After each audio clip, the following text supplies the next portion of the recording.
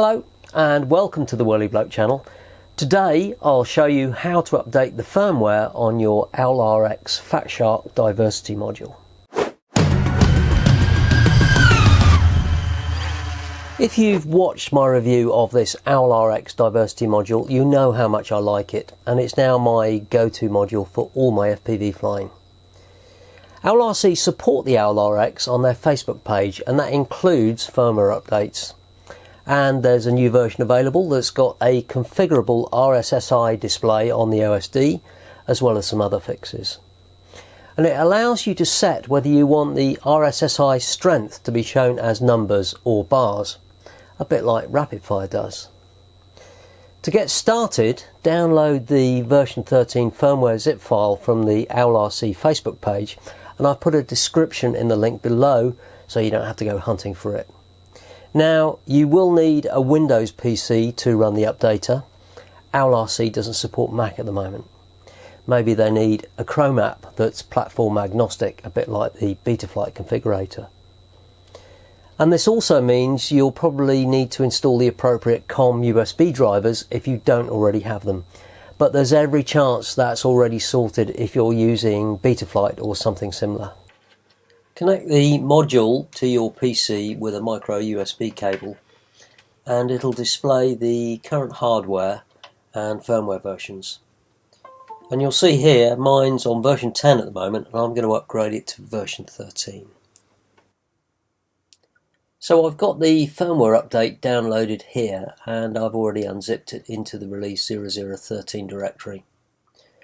I've also got the latest Microsoft Visual C++ Redistributable 2017 pack.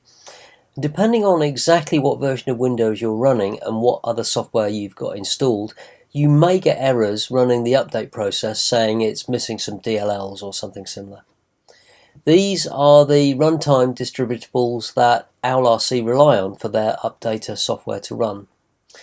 And if you do get these errors, just download the free 2017 distributable pack from Microsoft.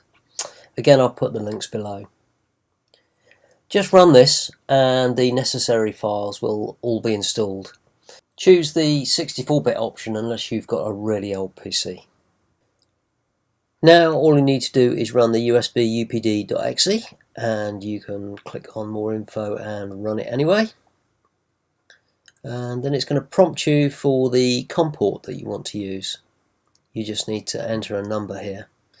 Now the way to check what COM port you've got allocated is to look on the device manager, and I can see here that is COM3 that's been allocated. So just go back into the command prompt and type in 3, and the update will just start. And now all you've got to do is sit and wait. Nearly there. Yeah. There we go. Yay. All installed. Excellent. I've got firmware version 0013, which is the latest version. And probably a good way just to check is to unplug the USB and plug it back in again, just to make sure that it has updated after a full power recycle. So that's all looking pretty good. So let's plug this back into the goggles. Let's get this module connected back up again. I need to attach a couple of antennas so that I can see what's coming back from my mini quad.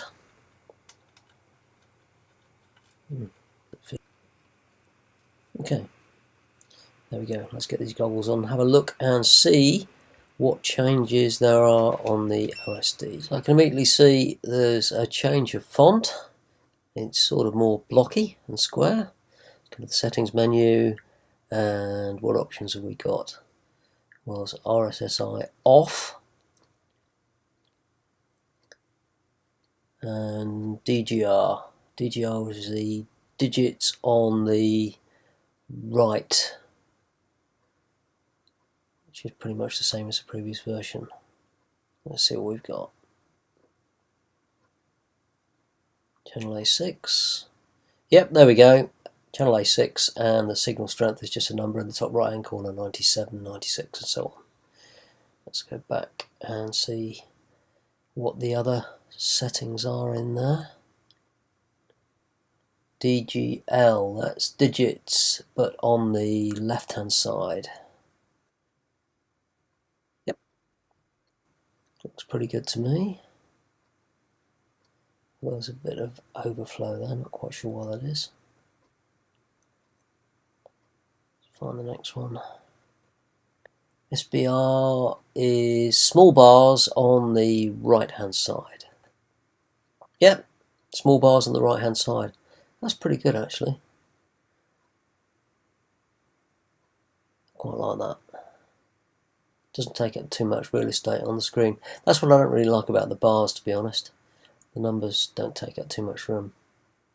SBL is small bars on the left hand side. Yep, small bars on the left hand side. Yeah, that's pretty good as well. So I've got some real overlap on the OSD from my Foxeer camera and what's coming back from the Betaflight OSD. Right, let's have a look at the next one. So LBR is large bars on the right hand side. Sort of makes sense, I guess. Yeah, they're just taking up more room, aren't they? So they're slightly wider.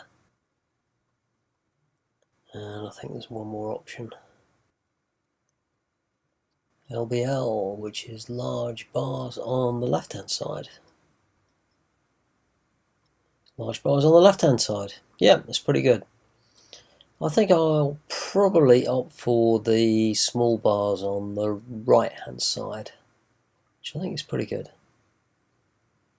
Thanks for watching, and if you found that useful, give me a thumbs up and leave a comment, and if it's your first visit, then subscribe to the channel for updates. I try and get a video out every couple of weeks. I'll see you next time.